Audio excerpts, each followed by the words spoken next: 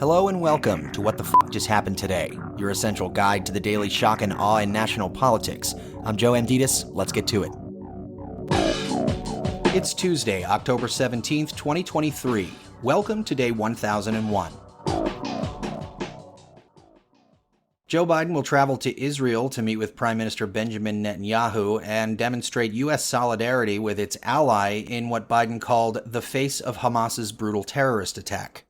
It's the first time a U.S. president has visited Israel while it's actively at war, and comes ahead of Israel's expected ground offensive against Hamas in the Gaza Strip as international pressure builds over the humanitarian crisis and rising civilian death toll developing in Gaza.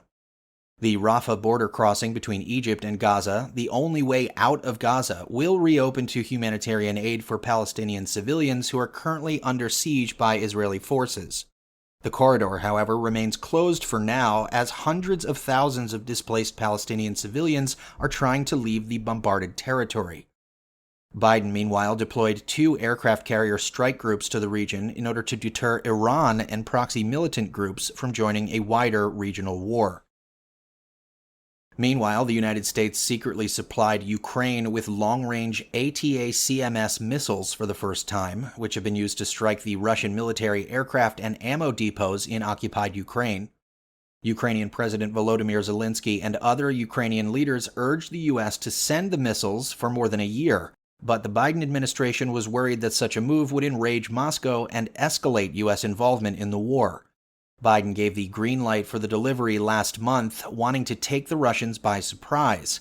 Some variants of the missiles have a maximum range of approximately 186 miles. Back in the United States, the Supreme Court once again allowed the federal government to ban ghost guns, which are unassembled and unmarked guns that can be bought online and then assembled into fully operative weapons.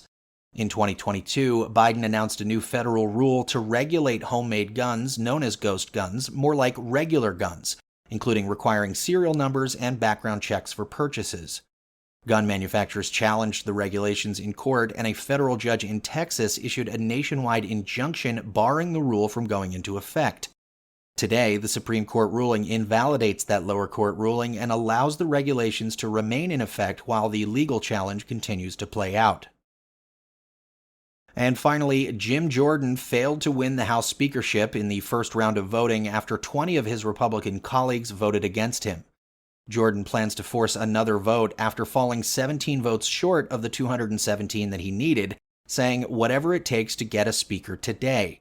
House Minority Leader Hakeem Jeffries won 212 votes, while several Republican members voted for previous candidates for the job, including Kevin McCarthy and Steve Scalise, who already withdrew from the race. In January, McCarthy was elected House Speaker only after multiple days of negotiations and 15 rounds of voting, only to be ousted 9 months later. The House has been without a Speaker for more than 13 days. Jim Jordan was one of the 147 Republicans who voted to reject the results of the 2020 election in Pennsylvania and Arizona, and was a significant player in Trump's attempts to use Congress to overturn the election on January 6th. Jordan is also co-leader of the impeachment inquiry against Biden, despite having no evidence linking Biden to high crimes or misdemeanors. That's all for now. You can find the links and sources for all of these stories on the main website. And as always, visit whatthefjusthappenedtoday.com for the latest news and headlines. Until next time, I'm Joe Amditis.